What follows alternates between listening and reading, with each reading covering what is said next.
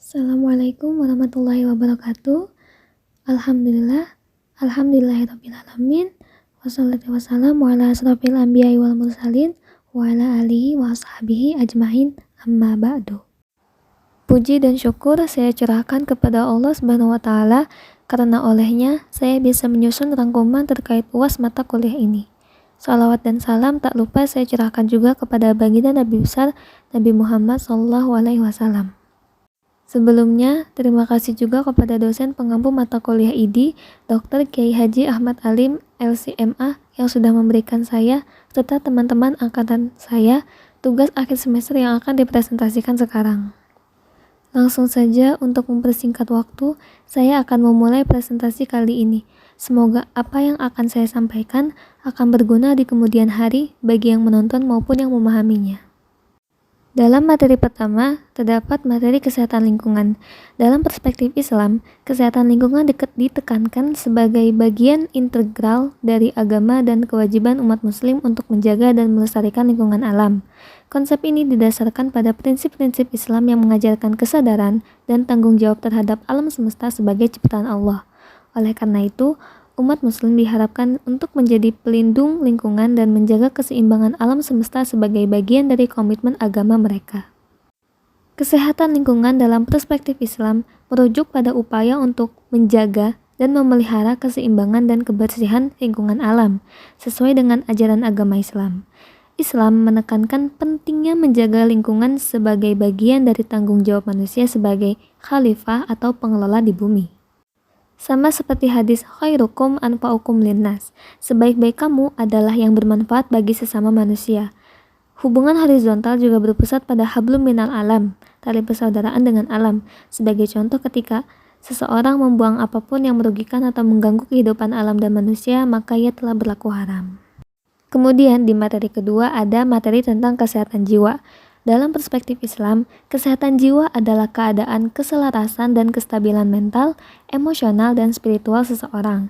Kesehatan jiwa dalam Islam berhubungan dengan keadaan yang menghasilkan ketenangan, kedamaian, kebahagiaan, dan hubungan yang baik dengan Allah Subhanahu wa taala, diri sendiri, dan orang lain.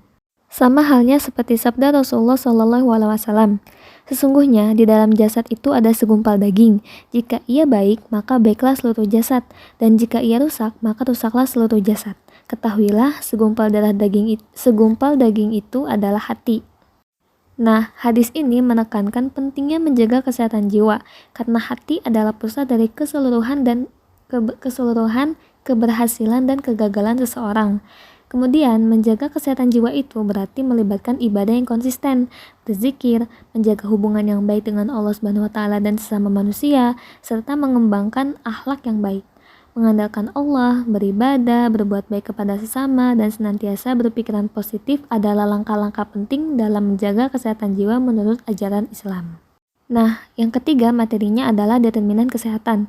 Secara garis besar, determinan kesehatan merujuk pada faktor-faktor yang mempengaruhi kesehatan seseorang secara menyeluruh, baik secara fisik, mental, maupun spiritual. Islam mengajarkan pentingnya menjaga kesehatan dan memberikan petunjuk mengenai faktor-faktor yang mempengaruhinya. Kemudian dalam perspektif Islam, determinan kesehatan melibatkan berbagai aspek seperti gizi, pola hidup sehat, kebersihan, dan menjaga keseimbangan dalam segala hal. Islam mendorong umatnya untuk menjaga kesehatan secara menyeluruh dan menghindari perilaku yang berlebihan atau merugikan. Semakin dalam keimanan seseorang, semakin tinggi ibadah seseorang, maka berpengaruh secara signifikan terhadap kesehatan jiwa dan ketenangan jasad. Kemudian, materi selanjutnya mengenai kesehatan reproduksi. Kesehatan reproduksi merujuk pada kondisi fisik, mental, dan sosial yang memungkinkan individu untuk memiliki sistem reproduksi yang berfungsi dengan baik dan mampu mencapai reproduksi yang sehat dan aman. Nah, dalam perspektif Islam sendiri, kesehatan reproduksi juga menjadi hal yang paling penting dan ditekankan. Islam mengajarkan bahwa tubuh adalah amanah dari Allah dan harus dijaga dan dihormati. Hal ini mencakup berbagai aspek, seperti perkawinan, keluarga berencana, pelayanan kesehatan reproduksi, perlindungan terhadap ibu dan anak. Kemudian Islam juga mendorong individu untuk menjaga kesehatan reproduksi mereka dengan bijaksana dan bertanggung jawab, serta menghormati tubuh sebagai karunia Allah Subhanahu wa taala. Kemudian, dalam materi selanjutnya, kita membahas tentang menanggulangi wabah LGBT. Dalam pandangan Islam, homoseksualitas dianggap sebagai perbuatan yang bertentangan dengan tuntunan agama. Islam menekankan pentingnya mematuhi hukum-hukum Allah dan menjaga ketertiban sosial berdasarkan prinsip-prinsip agama. Nah, cara Islam sendiri itu gimana sih untuk mengatasi homoseksualitas ini? Jadi, cara Islam dalam mengatasi homoseksualitas itu berfokus pada pengenalan dan penguatan nilai-nilai agama, pencegahan dan penanganan akar masalah, termasuk aspek sosial dan psikologis. Untuk mencegahnya, Islam mengajarkan pentingnya pengendalian diri dalam menghadapi dorongan dan keinginan yang bertentangan dengan ajaran agama. Islam mendorong umatnya untuk mengendalikan dorongan seksual dan menahan diri dari perbuatan yang diharamkan. Masuk ke materi selanjutnya tentang pelayanan kesehatan Islami. Jadi, pelayanan kesehatan Islami itu merujuk pada pendekatan dalam pelayanan kesehatan yang berdasarkan pada prinsip-prinsip dan nilai-nilai Islam.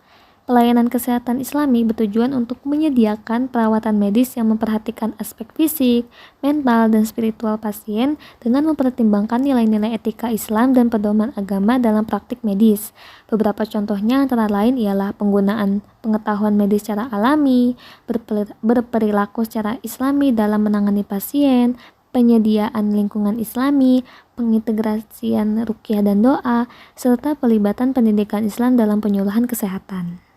Nah, di materi terakhir ini kita membahas tentang islamisasi masyarakat. Apa sih islamisasi masyarakat itu? Jadi, islamisasi masyarakat itu merujuk pada upaya untuk mengintegrasikan nilai-nilai, ajaran, dan prinsip-prinsip Islam dalam masyarakat dan praktik kesehatan. Nah, tujuannya itu adalah untuk memastikan bahwa praktik dan pemahaman kesehatan yang dilakukan oleh masyarakat sesuai dengan tuntunan Islam sehingga dapat memberikan manfaat yang holistik dan sesuai dengan ajaran agama. Kemudian, islamisasi masyarakat dalam konteks kesehatan melibatkan beberapa aspek, antara lain adalah pendidikan kesehatan Islami, etika dan moralitas dalam praktik kesehatan. Nah, etika dan moralitas dalam praktik kesehatan itu mencangkup menghormati privasi pasien misalnya, terus menjunjung tinggi etika profesionalisme, memberikan perawatan yang bermartabat dan sebagainya. Kemudian ada penggunaan alternatif terapi Islami serta kesadaran spiritual dan mental. Nah, penerapan dari islamisasi masyarakat itu dapat dilakukan dengan berbagai cara seperti penyuluhan dan pendidikan kepada masyarakat. Nah, penyuluhannya itu tuh mengenai kesehatan berdasarkan prinsip-prinsip Islam, pelibatan para ulama dalam mengembangkan pedoman kesehatan Islami, menggabungkan praktik-praktik tradisional dan alternatif dalam pengobatan yang sesuai dengan prinsip-prinsip Islam. Nah, kemudian ada semisal seperti memastikan bahwa fasilitas kesehatan seperti rumah sakit dan klinik menyediakan lingkungan yang Islami dan memperhatikan kebutuhan spiritual pasien. Misalnya, ada beberapa rumah sakit atau klinik yang mereka itu tidak menyediakan tempat sholat untuk yang muslim. Nah, hal itu tuh bertentangan dengan islamisasi masyarakat, di mana dalam penerapannya kan membutuhkan bahwa fasilitas kesehatan itu tuh menyediakan lingkungan yang Islami gitu. Baiklah, sekian presentasi mengenai materi-materi untuk UAS kali ini. Saya cukupkan, kurang lebihnya mohon maaf. Wassalamualaikum warahmatullahi wabarakatuh.